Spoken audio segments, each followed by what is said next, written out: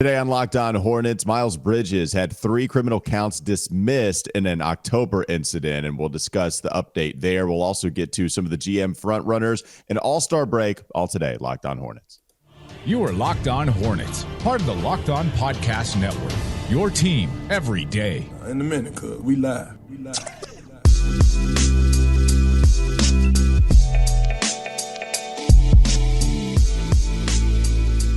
It's Locked On Hornets, part of the Locked On Podcast Network. It's your team every day. Thanks for making us your first listen. We are free and available anywhere you get your podcast, and that includes YouTube. As always, I'm Walker Mail. You can listen to me on WFNZ every weekday from 12 to 3 p.m. That's Doug Branson. You can find his work on his Substack, everyhornetsboxscore.com. And there's David Walker making his weekly Tuesday appearance. You can find him on Twitter at David B. Walker, and you can find him right now on YouTube in what is just an absolutely filthy, sick Larry Legend hat. Yes. It goes right for on. All-Star Weekend. Indiana State blue with North Carolina blue. What is Indiana? Is it Sycamore blue? It can't be, right? Is it? Okay. I didn't know. It's probably just sky blue, right? I guess. It's copycat blue. It's what it is, copycat blue, but David's making it work, and it looks fantastic. And you know what else is fantastic for David? Every time he hops on, we get to talk Miles Bridges legal matters. You excited? You ready to go here, David? That's why I paused on the Tuesday appearance, and it is actually Wednesday, just to confirm. Wednesday, that's right. I look at David and I see Tuesday. I know. I really did. I really thought it was Tuesday for that moment, but no, it is Wednesday, and it's Wednesday with David, and that's why he's in here now, so we can talk about the Miles Bridges news. And so we got this news yesterday. It came in on Tuesday. I'll just read here for accuracy with what Adrian Wojnarowski, Tim Bontemps, I believe Baxter Holmes of ESPN also reporting. The Mecklenburg County Superior Court dismissed 3 criminal counts against Charlotte Hornets forward Miles Bridges on Tuesday due to, quote, insufficient evidence to warrant prosecution per a court filing obtained by ESPN. The court filing states that due to conflicting statements stemming from an October incident that resulted in damage to a vehicle, quote, given the lack of sufficient evidence to overcome the inconsistency of these accounts, the state would not be successful at trial. So this is stemming from the October incident that took place right before the season, okay, already after having been administered a 30-game suspension after missing an entire season. Miles Bridges did because of a felony domestic violence arrest that he eventually pled no contest to. Then we had a separate incident taking place in October, right before the year, where there was an accusation of Miles Bridges throwing a pool ball at the car that had his children in it. Now, these accounts, as you just heard, there were conflicting accounts based off of what was being accused. And so now we don't have sufficient evidence to go to court here. This is what the update is for Miles Bridges. Doug, I'll just go to you first on thoughts stemming from this not going anywhere anymore, and how these 3 criminal counts were dismissed, at least with this separate issue that took place in October.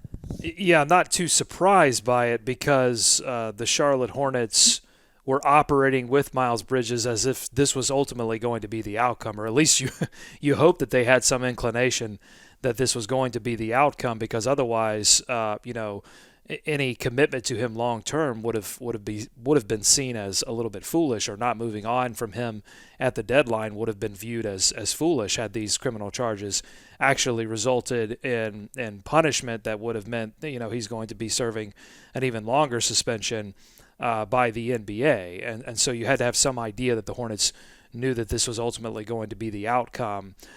Just in terms of just sort of zooming out on it, my thought is this outcome doesn't change how I feel about the original incident that happened in LA. I mean, I saw the pictures, I saw the video. I have my ideas and beliefs that I've expressed on this show many times about what I think he did and how I feel about that. But ultimately, now the Hornets have decided second chance. It looks like they're deciding they're going to move forward with him in the future. And all you can hope, I think, as a fan, is that there are no more of these type of incidents that are going to pop up at critical junctures for the Charlotte Hornets when they do actually play meaningful games like playoff games, that there aren't these types of incidents. Because regardless of whose fault it is, and often in these kind of messy interpersonal sort of situations, finding one person to blame is difficult. But in these types of incidents, like they pop up for Miles Bridges seemingly at the worst times, before a season, before a draft, before he's about to sign a contract. And so I guess all you can hope for is that that's in the past, that's done, especially if they're going to commit to him long term, that they don't regret that because another incident pops up later on. David, your thoughts? Yeah, I mean, the only thing, I don't think this changes much in the way of what the Hornets were planning to do, what they may be thinking about doing, or, have decided to do. I guess we don't really know. But in my mind, they have, made a decision either way, or maybe they'll wait to see how this whole season plays out. But I don't know that this affects that much either way, to be honest, because I think it's going to depend largely on, really how he plays out the rest of the season, what they can discuss in the offseason, and how they want to move forward with this team. I think some of that's still to be determined. But the Miles Bridges piece, at one point it felt like that was, they were ready to move on. The trade deadline actions and the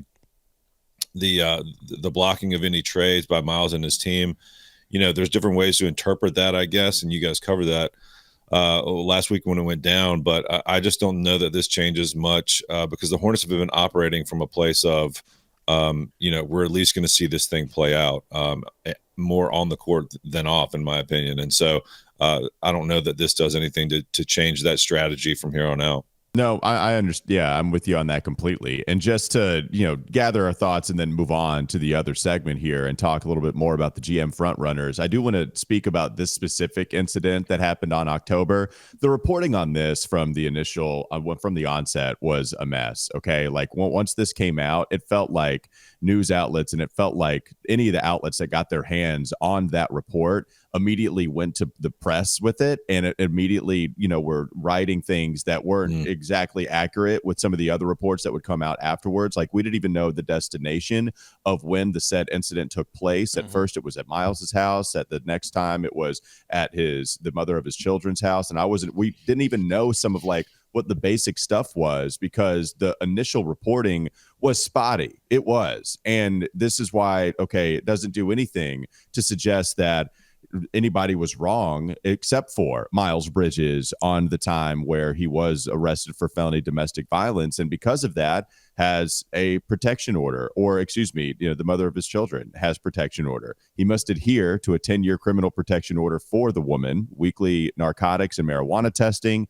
and restitution according to the LA County District Attorney's Office, and that would in exchange for no jail time because of him, pleading no contest. So like that situation is still very real. And it's unfortunate how messy this got with this separate incident that, anyways, they're dismissed. Conflicting statements took place and now they're moving on. And you're right, David, but Doug, both of you bring it up. Like it does look like the Charlotte Hornets are going to make an attempt to bring Miles Bridges back. And after having 2 incidents off of the court, I hope it doesn't happen again. Like, that's all you can, because there are no guarantees. Yeah, right. When you sign a player, any player, you're not just signing them as a basketball player. You're signing them as a human being with all of our flaws and good qualities. But you're also signing everyone around them, their family. You're signing all of their friends and the people that they put around them in terms of their team. You're signing all of that when you sign a player, because all of that can have an impact on the sort of public relations fallout in the future. And so, I don't know. I guess all the Hornets can do is, if they truly are committed to signing him, is just try to get a read on, all right, what's the future look like here in terms of probability of something happening in the future that we've got to then explain. Whether or not it is directly Miles Bridges' fault or not, that possibility is significantly higher than with any other player on this roster. Right. We'll see what the new GMs do and what the new front office does under Gabe Plotkin and under Rick Schnall. Let's talk about those GMs coming up next on the Locked On Hornets podcast. Don't go to sleep on the Hornets just yet. Who will be the new GM? There are a couple of front runners to note. We've discussed them a little bit, but it does look like there are a couple of guys here that are favored more than the others in the pool. We'll get to that in just a moment. This episode is brought to you by Hungry Root. Hungry Root is your partner in healthy living. It's the easiest way to get fresh, high-quality groceries and simple, healthy recipes delivered to your door. You can take a fun, short quiz, and Hungry Root will get to know your personal health goals, what you like to eat, the kitchen appliances you use, even more than that. Then they'll build you a personalized cart with all of your grocery needs for the week and give you delicious recipe recommendations to put those groceries to good use. Hungry Root has everything from those everything from Hungry Root follows a simple standard. It's got to taste good. It has to be made quickly. It has to contain whole, trusted ingredients, and you can save hours planning, shopping, and cooking with Hungry Root delivering food that you'll love. Right now, Hungry Root is offering Locked On NBA, Locked On Hornets listeners 40% of your first delivery and free veggies for life. Again, that is Hungry Root offering Locked On NBA listeners and Locked On Hornets listeners 40% off your first delivery and free veggies for life. Just go to hungryroot.com/lockedon to get 40% off your first delivery and get your free veggies. That's hungryroot.com/lockedon. Don't forget to use the link so they know that we sent you. More Locked On Hornets ahead. Veggie salad, yummy, yummy. Okay, we're looking for a new GM here in Charlotte after Mitch Kupchak, right after the deadline, right after he was cooking with Hungry Root, looking for a couple of new pieces to replenish his bench. He was able to do so, and now they're 2-0, basically. No, they're 2-0 since the guys came back that they traded for. They're 2-1 with the awful loss against Milwaukee, but that was a perfect storm of a beatdown, and they didn't have their guys yet. But now they're cooking. Now they're rolling. But Mitch Kupchak moves to the advisory role, and we have to figure out who the new GM is going to be. We've mentioned this a few times. Jake Fisher was mentioning that the guys that you're hearing most about have a Duke tie. Now, at first, we brought up Elton Brand. Okay, that was pretty easy to bring up because of what he did with Philadelphia. Now, he's still the GM, but here's Daryl Morey, really running the show up there on personnel decisions. We didn't bring up Trajan Langdon, but it is those two guys viewed as the front runner to land the general manager job here with the Charlotte Hornets. Elton Brand, Trajan Langdon. Doug, does Elton Brand scare you as much as it scares a bunch of other Hornets fans on my timeline? Yeah, I'm conflicted because I love the idea that the new owners are looking for general managers and just front office people with previous experience in those roles, right? I would be more scared if they were looking for kind of a project or a guy that didn't have that, because I want someone with some cachet, some people that can come in and say, I've done this, trust me, so that the new owners don't get, I talked about in the last episode, they've gotten a taste of glory making these changes at the trade deadline and having the fans chant the Hornets name in the arena. Yeah. So I don't want them to get too in love with being so hands-on like they were at this trade deadline. I want them to bring in experienced people and let them work. So I love that, but then I hear Elton Brand's name and I go, "Ooh, okay," because a lot of Philadelphia 76ers fans would help him to the airport. They would pick up his bags. Maybe don't let him work. They would pay for his car to the airport. Like, a lot of Philadelphia fans want to see this guy leave because of giving Tobias Harris the contract that they gave him, giving Al Horford the contract that they were able to get out of, but that really hamstrung them for a few seasons at least. And so, there have been a lot of questionable decisions with Elton Brand, and it's why Elton Brand is like not the main voice in Philadelphia. He was the main voice, and then Philadelphia said, all right, we got to bring some people in here so that you're not the main voice anymore. So look, if they go with Elton Brand, I hope it seems like they're looking for a tandem here. It seems like they're looking for president of operations and general manager. So if it's Langdon and Brand, okay, I can live with that. Wow. But if it's just Brand, I'm a little like, ugh. Are you scared, David, if it's Brand? Is Mike Dunleavy not on the short list? Is Danny Ferry, is he not available? Coach we K? thought about it. We talked about Danny Ferry for a little bit, and we got scared. We had one segment of one show where we were scared just because we didn't have any information. All it was, hey, this person has a Duke tie, wink, wink. And we're who is it going to be? Are we sure Krzyzewski has not thrown his name his hat in the ring? Who knows?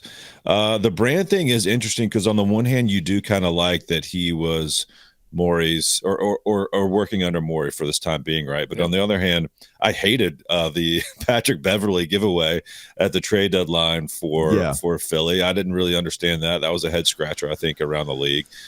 You don't want to pinpoint one thing and call him out on that, but the experience thing is interesting, Doug. But I mean, I guess they're just drafting off of USA Basketball and continuing the Dukification of the league. I suppose that's where the league is headed. I mean, you've got a commissioner who went to Duke. You've got Grant Hill running USA Basketball. So, if they want to get one of their guys in that pool, maybe this is the backdoor way to do it. Well, both Langdon and Brand, like if you look over the course of their history, they're not afraid to make moves. So if every hire is a reaction to the previous hire, then both of these names make a lot of sense. They're not afraid to use trades. They're not afraid to sign guys, to long-term deals. So that can be great, and that can also be not so great, if you sign the wrong guy. But here's the other thing too that I think is interesting. Like if you do split up the roles, there's a lot more. There's a lot more to general managing than just making trades and just there's a lot that goes into that. You are managing an organization in terms of scouting department, in terms of bringing all these things in together, working together. And so look, if Brand has high marks for doing that in Philadelphia, whereas maybe there are some questionable deals that you would want someone else having a final say over, then I'm not terrified of Brand being part of this organization if there are other voices in the room and it's not just him captaining the ship. Yeah. I wonder how much they look at similar scenarios. It's hard to find many that are similar to Charlotte, just with the depths of, failure that this franchise has gone through. But, it's a small market team. So where do you look for, or how do you like how some other small market teams have done it? How have they built? Philly is a big market. They've had a superstar forever. They tried to build around it. New Orleans, a little bit of a similar situation, right? They had Zion, then they had to make a few trades. They did bring in a trade with CJ McCollum. So they've made some moves that like Charlotte has not been able to do since they've gotten the LaMelo Ball piece. So, maybe they're looking at it from that standpoint. I don't know. We haven't gotten much read on their thinking about it, but that's what I would like to see. You do want to see someone who is willing to make the moves that is going to require outside of the draft, I think, to build a contender, to build a competitive team out there. So that's what I would be looking for. Someone who has some success there. And to your point, Doug, you mentioned it again today and yesterday, like the scouting department, that there needs to be some sort of leadership top down around how they're going to build this franchise moving forward. And so whoever comes in, I would hope that would be their focus too. The first player Elton Brand ever signed as the GM of the Philadelphia 76ers? Emeka Okafor. Ooh, he's coming back. Bobcats. Elton Brand, going to be that guy. I'm looking at all of the trades that he's been a participant in, and there's not many that he's won. I can tell you that. Yeah. So that's the problem with Elton Brand. How many were James Harden trade, though? Well, I mean, you can see the Jimmy Butler trade that's the saga to follow because he trades for Jimmy Butler and gets Jimmy to help him out. They win 50 wins. They get 50 wins in his first season as GM, 51-31. And that was one of the first moves that he made, right? So like you have a few signings here and there. And then that's when just a couple months later after him getting that job, he trades Jared Bayless, Robert Covington, Dario Saric, 2022 second-round draft pick to Minnesota for Jimmy Butler and Justin Patton. And so that's great. You get Jimmy, and then you move on from Jimmy because you picked the wrong people with Philadelphia. Yeah. And then Jimmy goes to Miami, drags them to an NBA Finals appearance a couple of times, and then that's the thing that people are going to, look at first and foremost with Elton. There's just a lot of trades that he makes, and I'm not sure that he's coming out on the right side of it. So it feels like Langdon is the guy that everybody wants, right? Like Trajan Langdon has become the favorite of the Hornets fan base, not the favorite to land the job. Maybe he's one of the two, but he is the favorite of the fan base. If they could choose, I think it would be that guy. Well, Langdon also did the deal with the Hornets for Devontae Graham, and that didn't work out swimmingly for New Orleans. True too. They had to unwind that. But that's the whole thing, right?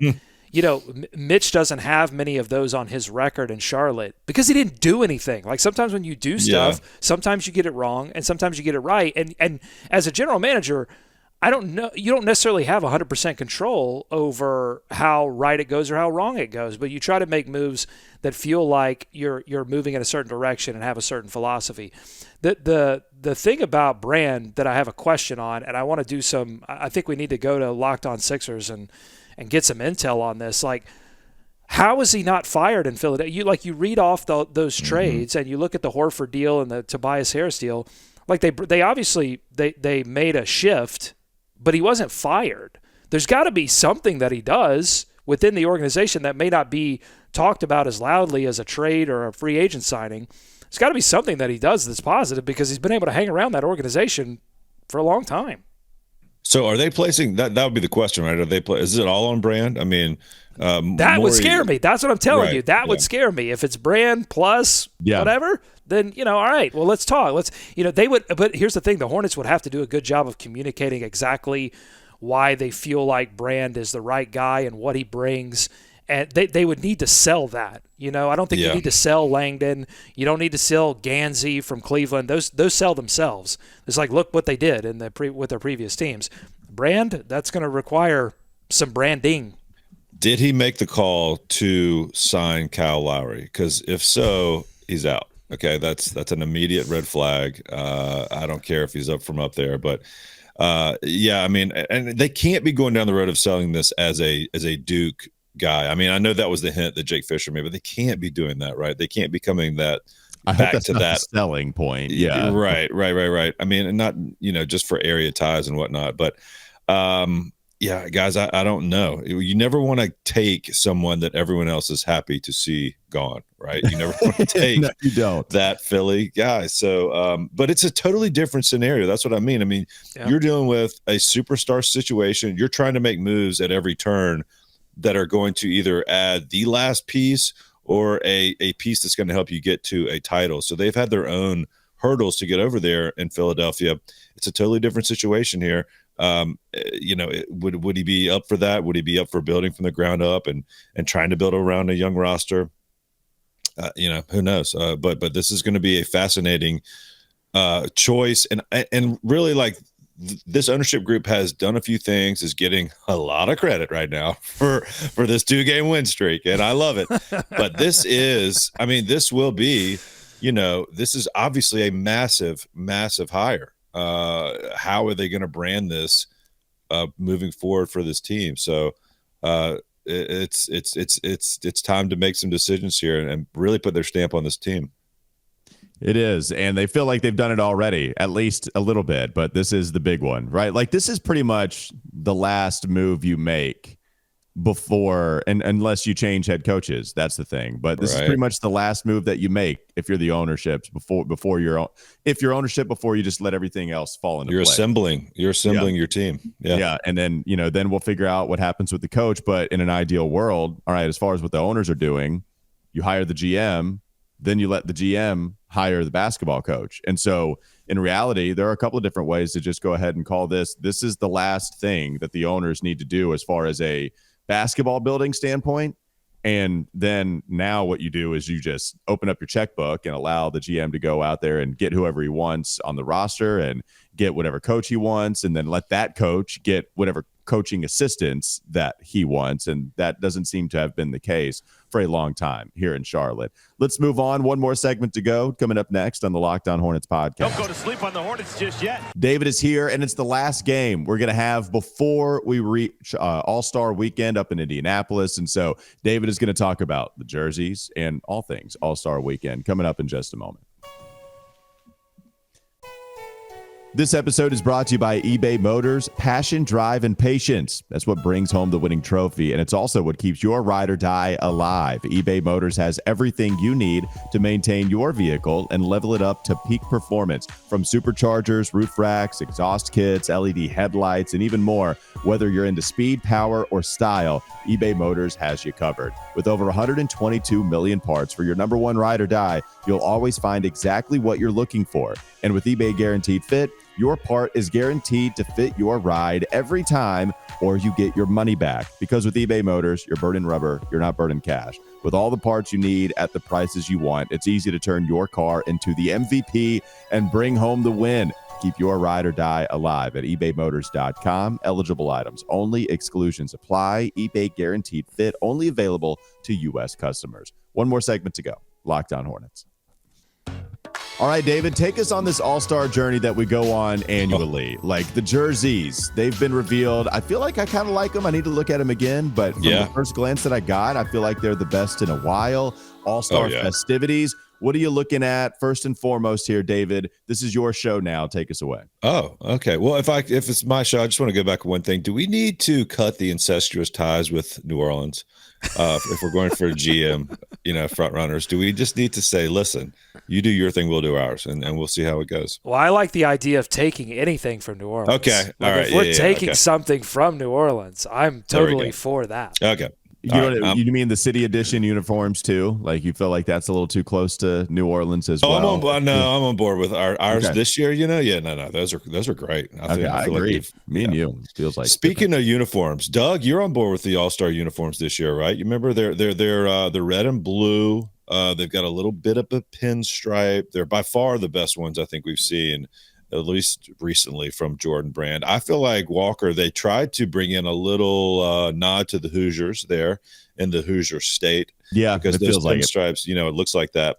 And or if you want to call them racing stripes, whatever you want to call them. So on board with the uniforms. And, I'm trying to figure out why they're playing the celebrity game in Lucas Oil Stadium. Are they just going to open the doors up? I mean, that is the football stadium, right? Like it is.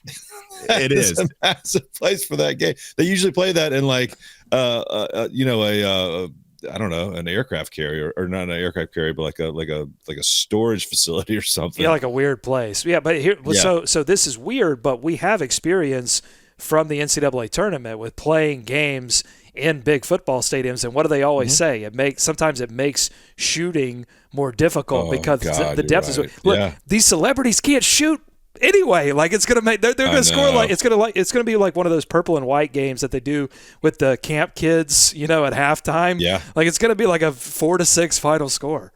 No, it's a great point. And the other thing that you always have to watch out for is the floor is raised when you play at a football stadium. And so now I feel like we're going to see people fall when they go back to the bench because they just have no clue where the court ends. They're looking up and then boom, there they go. They topple over and now they've scraped their knee. Okay, well now you're selling me on it because that would be a great TikTok moment, bring a celebrity down a peg. Like, if it happens to a professional athlete, you're like, oh, but a celebrity, as long as they're not seriously hurt, that could make for a good viral moment.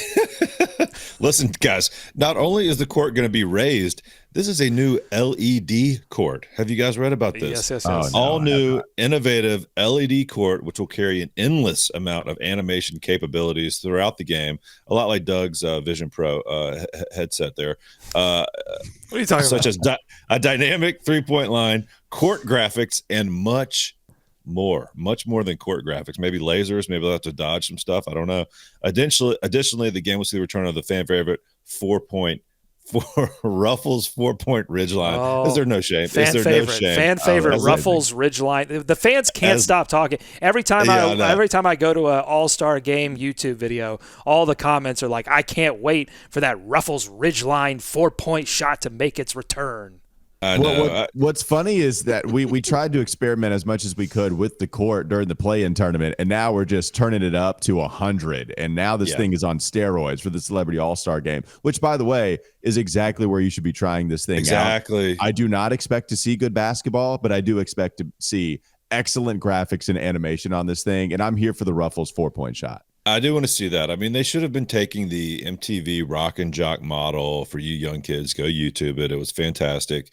They should be doing that all along, right? Like 50-point shots. Why stop at 4? Why are we stopping at 4 points? Let's make this thing interesting. 25-point shot in the corner. So I am looking forward to seeing the court. We don't really need to run down the rosters because truthfully, we don't know any of these people.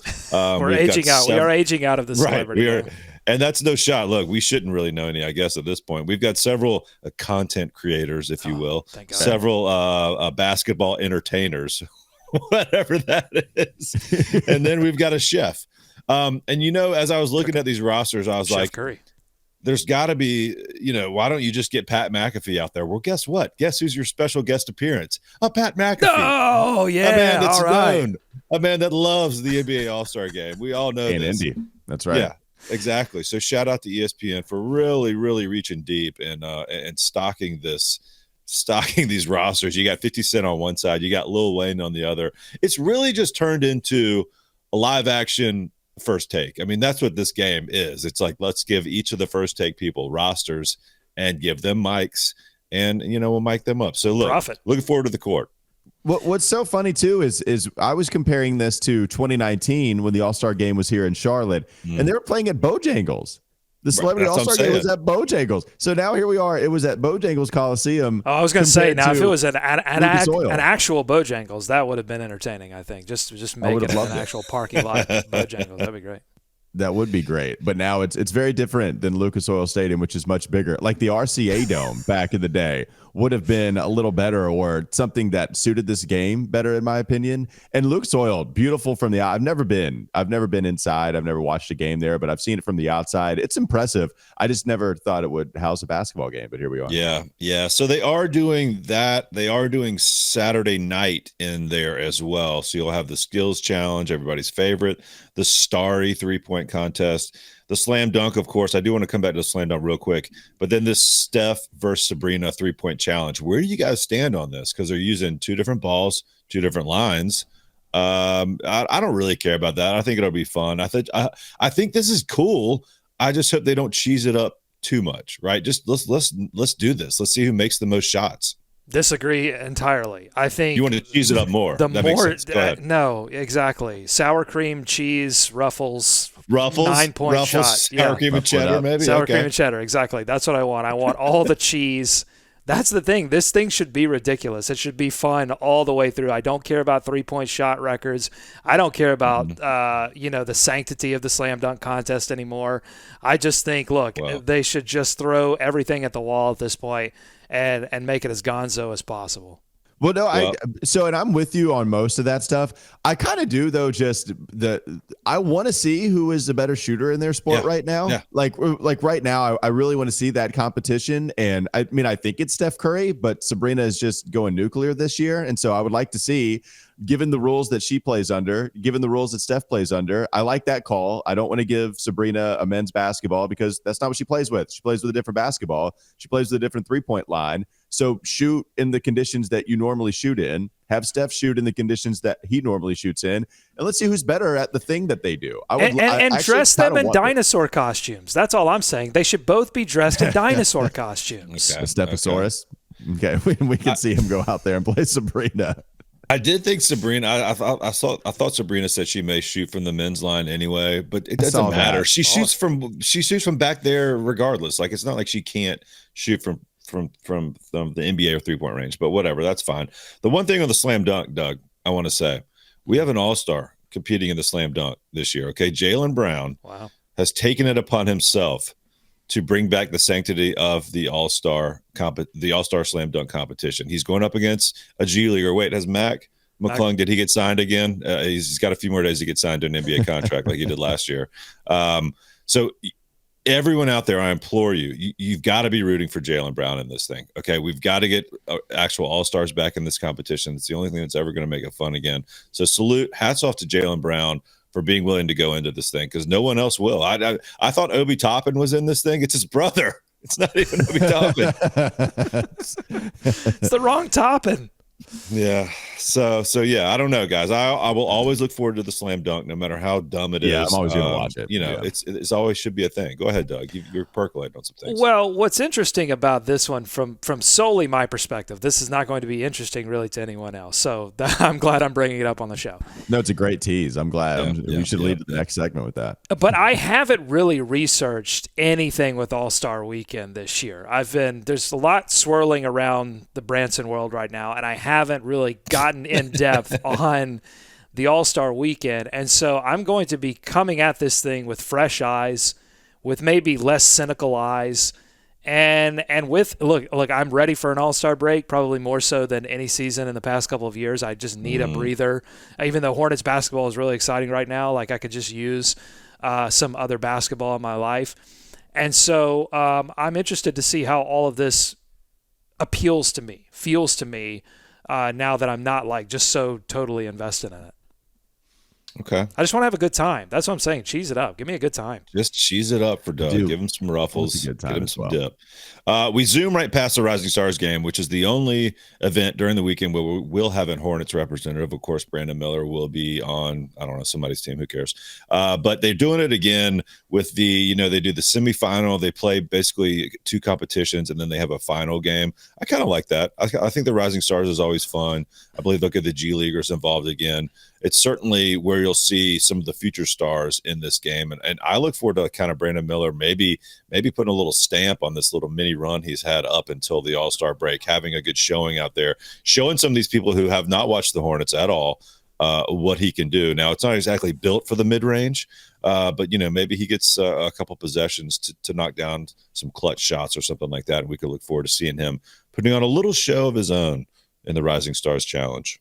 Oh, I like the little mini gamification of that event, and I would say I want that to spread across the events, because I think that's one thing that MLS does right in terms of their All-Star weekend. Like they have the game, which I think they do like USA versus World, but they have a lot of little skillsy challenge events that are around the weekend, and just showcase all of the little parts of the game. I just think they should throw as much at us as possible, and then figure out what works. I don't know why they don't have a passing competition, right? A target of some sort, or like you have to do a behind the back pass. You have to do a balloon. You're saying the skills challenge doesn't do it, throwing it in the little tiny hula hoop thing. Yeah, I can't believe they're still doing that. Like I can't believe that we have not innovated off of that. Like why would they, of all the events, why would they be scared to innovate on that particular event? It's bizarre. It's funny because I went to here, so it feels like I played in the future compared to what the skills challenge brings. When I went to a facility in Indianapolis, by the way, Fred Jones facility, former slam dunk champion himself. Yep. So Fred Jones facility, he's got something really cool where you have this big wall of screens that have targets that pop up, and then you can throw the basketball to the targets. And that's what I was doing that with a couple of my siblings, and we went there as a family, and that was pretty fun. And so I wonder if you could bring that to the All-Star game, and all you got to do is just shift it over from Fred Jones facility. It's there. It's like a 15-minute drive. It's not even. So that's easy. Cool. It's easy. So all right, anything else? Is that what you want to end on? Last but not least, East versus West again. Okay. We're going back to that. We're eschewing whatever they were doing before with the picks. That went downhill so fast with the primetime picks and all the drama that came with it, and everybody whining about being picked last and yada, yada, yada. Actually, I don't know. Maybe are they still doing that? I don't know. They were picking. I don't know if people were getting mad about getting picked last anymore. At least I don't remember the last couple of years. But this is East versus West again, as it should be. I like that, for all the marbles, guys, all the pride that comes with winning that trophy. I guess they still have it on Sunday night. So that'll be fun. All of it. This feels like Adam Silver pulling the car over and being like, all right, last chance. Okay. We're going back to East versus West. You've been whining. We're going to do this, but compete now, or, I'm going to turn this car around. I'm going to take this away from you. No more All-Star game. The problem is it's going to be like the Pro Bowl where, people keep watching it, so they got to keep doing it. And it's the Pro Bowl that is so terrible. Well, that's but our it's show. Like, I mean, it's terrible. It clearly is a terrible product, yet it's not like they're throwing it up there because no one wants to watch it, despite everyone telling you they don't want to watch it. They're making the product for the reason. And, here's the All-Star break where it's the same thing. People are going to watch it still. I don't even know what the ratings are the last few years, but there's still going to be enough entertainment for you to bring it up. It's not good, David? I can't imagine it's great. Well, maybe they're not watching it as much, but maybe they just need to go get it. They need to go get the ratings, and they're trying to figure out how to go do that. To me, it's a really simple solution, especially right now when you have Denver and Denver competing, Denver and Minnesota competing for the top spot in the West. and you've got Milwaukee as a contender in the East, all you have to do is go to these teams and say, all right, home court in the finals. That's what's at stake, because nobody wants to go to those cities. Like, you don't want to go to Denver. That's how you get the Miamis and the LAs and that's how you get those guys to compete, right? You say, I'm going to threaten you with a trip to Denver if you don't get this right. 4 games in Denver. You don't want that. Like taking a page from what baseball used to do. And even if they got rid of it, nope, we're bringing it back, but we're bringing it back to the NBA world. That'll do it. Great breakdown for All-Star Weekend from David hopping on with us, making the weekly appearance, and you can follow him on Twitter for his All-Star takes at David B. Walker. You can find Doug on his Substack, everyhornetsboxscore.com. You can listen to me, WFNZ, every weekday from 12 to 3 p.m. Thanks for listening. Thanks for making us, I can talk, your first listen every single day. And you can catch us anywhere you get your podcast. That includes YouTube. We're going to continue to give you content. We have one more game to recap before we get to All-Star break. Streaking. Action. They're streaking. You know what they say about if you win 2, all right, that's back-to-back. But if you win 3, that's officially a streak. That's back-to-back. Will we have a winning streak to talk about tomorrow? Stay tuned. We'll see you then.